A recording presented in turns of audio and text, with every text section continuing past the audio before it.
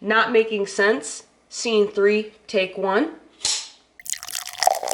So I was thinking, as one does, about my childhood and reflecting on the past and things that have been said to me multiple times. And in general, I didn't have like a horrible childhood. Like my childhood was like, it was good.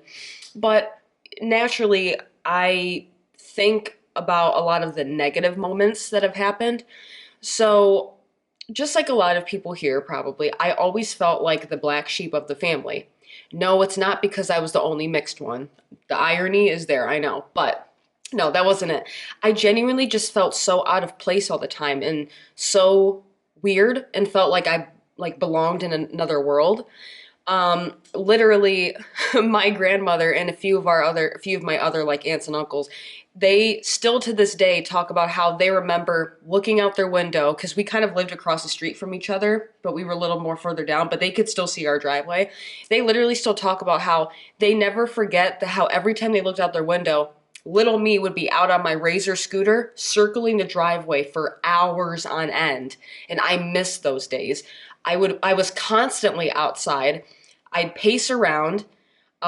So if I wasn't on my scooter, I'd be in our backyard that was huge. And I'd be like just imagining stuff. I'd have my old like Apple iPod, just thinking of scenarios with music in the background.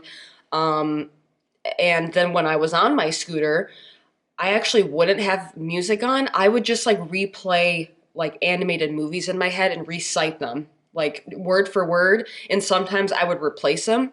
So for example, one of my favorite movies, like Mickey Mouse wise, is Mickey Mouse and the Three Musketeers. So I loved that movie, but I grew up also loving Bratz. And I would, and like, I also loved Sonic, multiple universes. I love, but I would kind of like crisscross them. So like sometimes I would recite the entire Musketeers movie, but with Sonic characters, and I loved it. Or I'd pretend that I was like a bus driver, being a child. And it's not like I was little, little. I was like 8 through like 13. I would do this like a lot.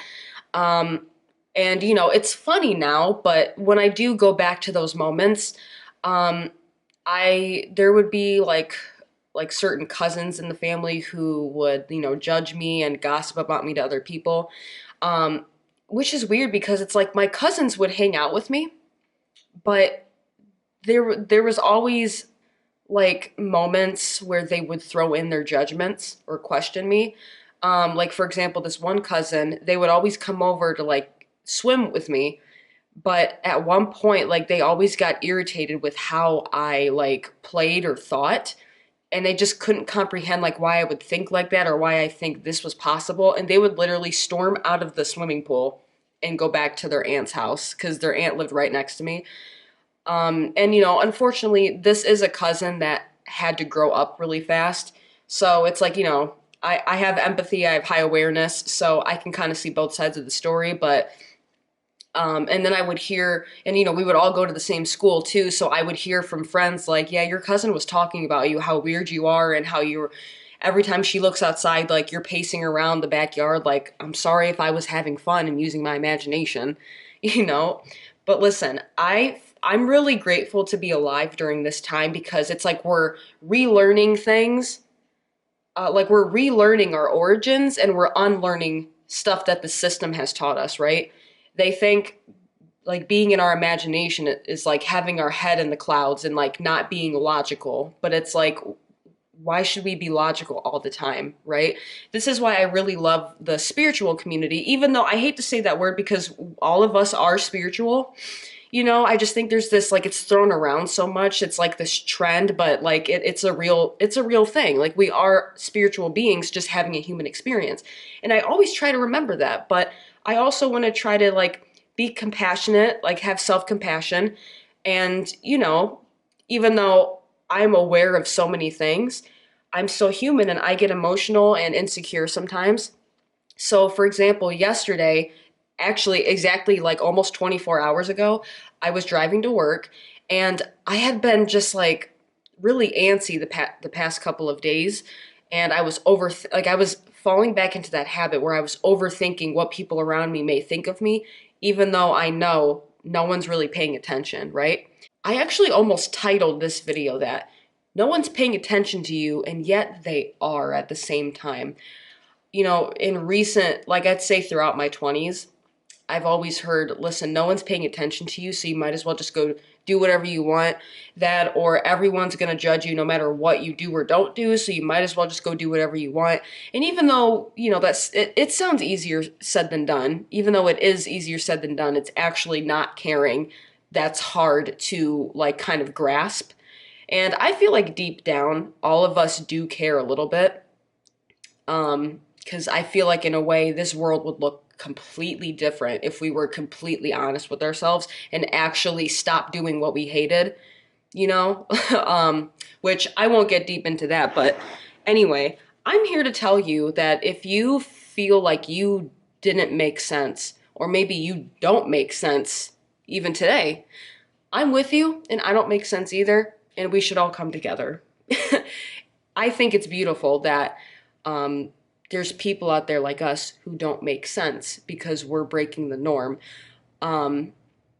So like I said, I had a good childhood, but I just always remember feeling like the odd one out.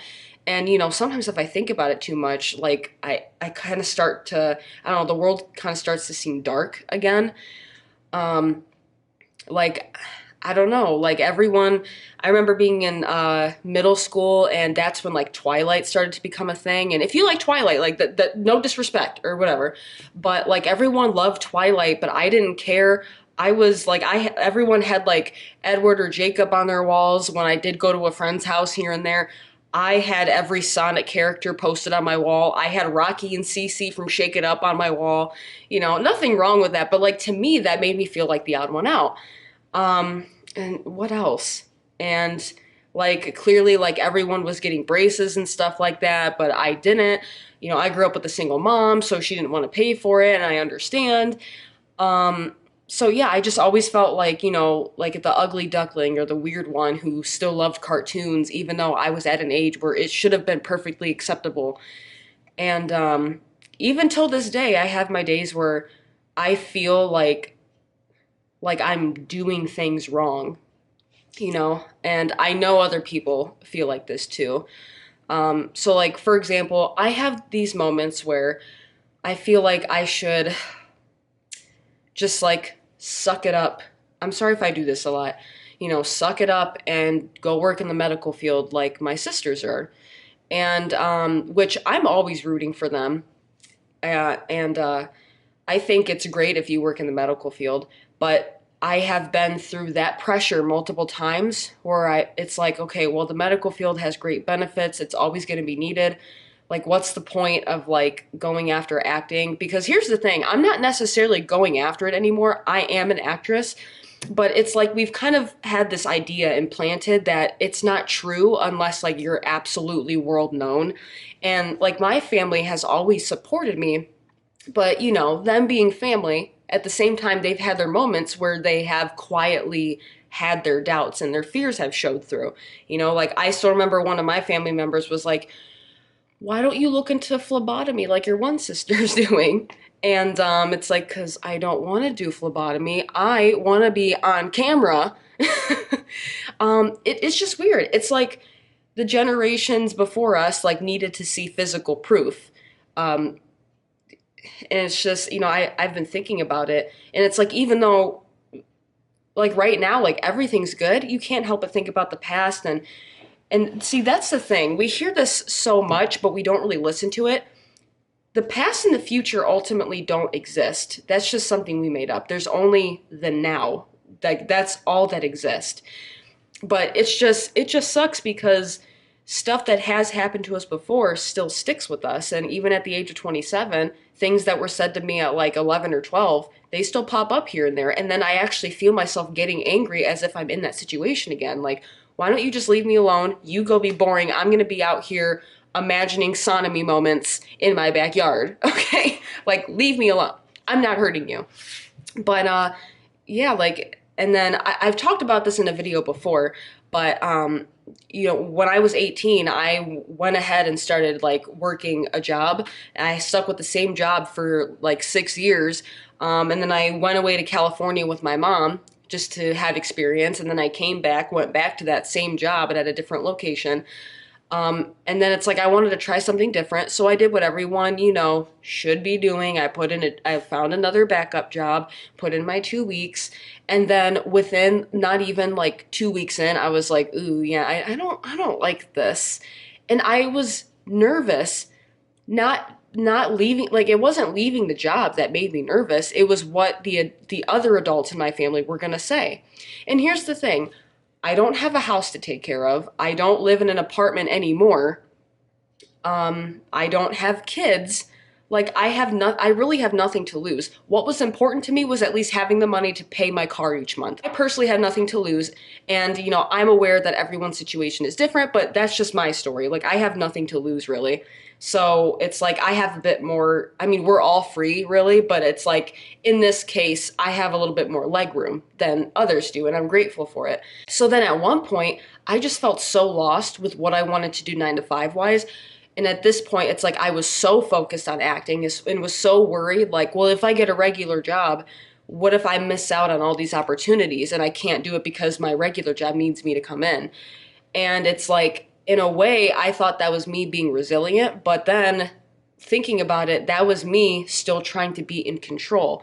And honestly, it sucked because even though I didn't work for months, like sure, yeah, it felt nice that I didn't have to like get up and go anywhere or go somewhere in the evening, but it sucked because then I was like having to ask my mom for money sometimes. And I'm grateful that I have a mom who's very supportive, and she helped me with gas or something like that. um but then there was other relatives in the family who would do a lot of this, relatives that I really am not even that close with.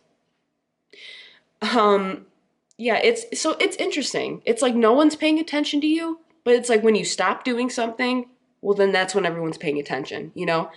I once again felt like I wasn't making sense. And it's like I tried to explain it to people, but just at the time, I just didn't have the right people surrounding me to where I could explain what my reasoning was. I always have good intentions with whatever I quit or do, like anything really. But it's like it feels like everyone around you like wants an explanation for you, or else it doesn't make sense. Well, something that I'm unlearning is over explaining. Now, with this, like, this is for a YouTube video, so, I don't mind explaining. But like in real life, whether it's like relatives or, peers or friends or coworkers, I mean, not that I tell my coworkers anything, but it's just a sense of feeling like you have to have a valid reason for doing something, or for like leaving this job, going here, going here. It's like I'm doing the damn thing, but it's weird because I was in Starbucks today, right? And I was like journaling and thinking and like reflecting on this, and I was like, wow, it's like, am I actually still doing these things to get validation that I felt like I didn't get when I was a child? Like, but it's weird because it's like I'm aware that our childhood can affect us, but I just never realized like I was also one of those people that was still being affected by my childhood. It's like I act because I love acting, but I think Ryan Gosling said this in an interview.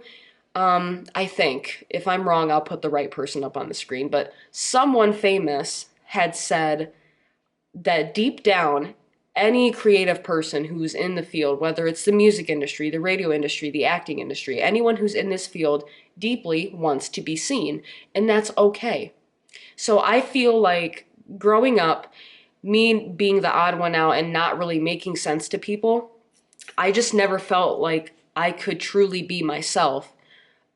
Even though in a weird way, like I still continued pacing around in the backyard, and like it's weird. It's like in a way I didn't care, but I would have my moments where I'd be deep in my head, and it would hit me.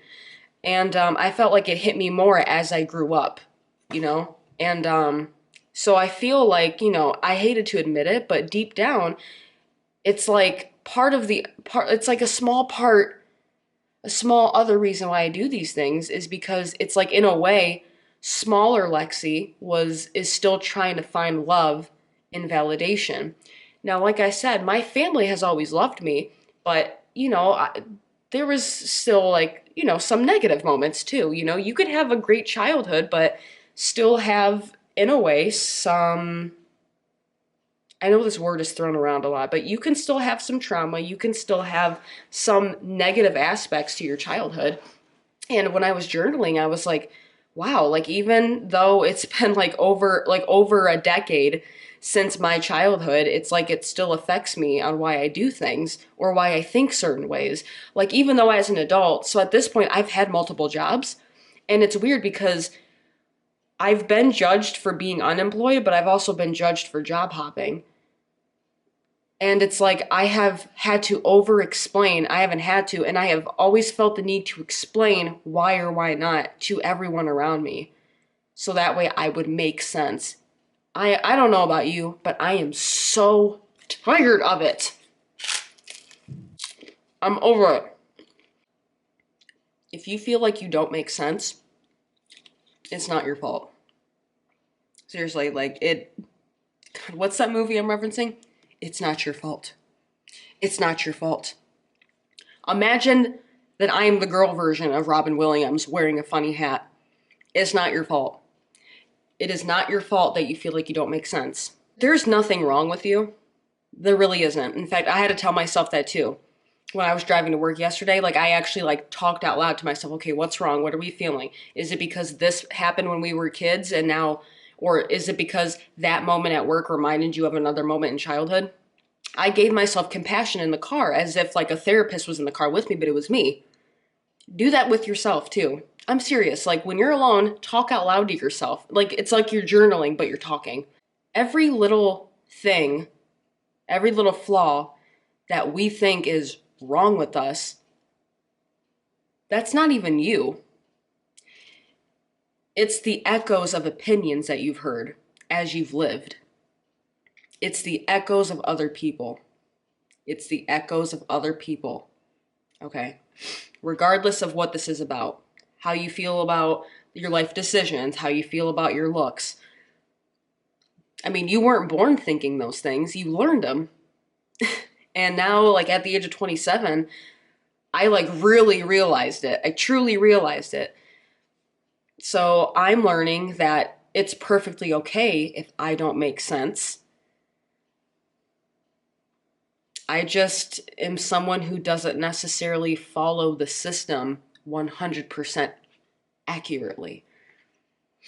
And I love the content on here of people in like their 50s or their 60s making videos talking about, I quit my 9-to-5 job and I'm so happy. Or I quit my 9-to-5 job and I'm so nervous, but I'm happy. I love seeing that.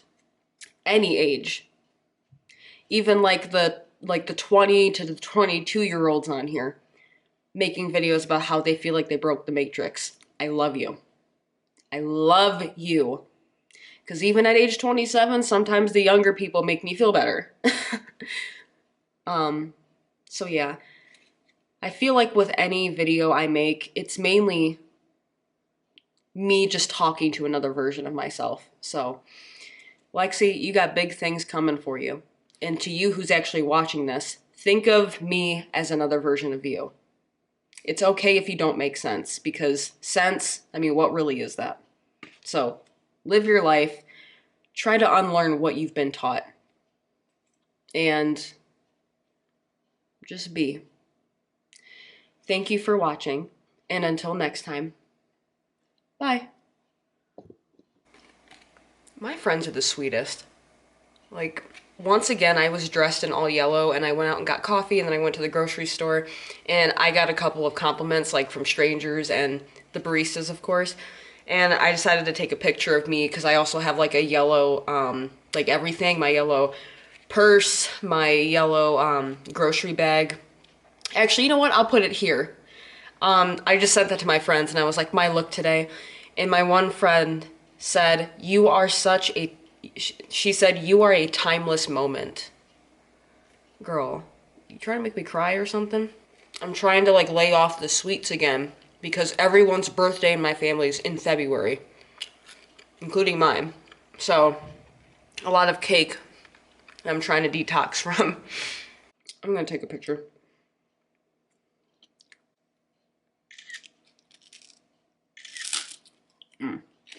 Anyway,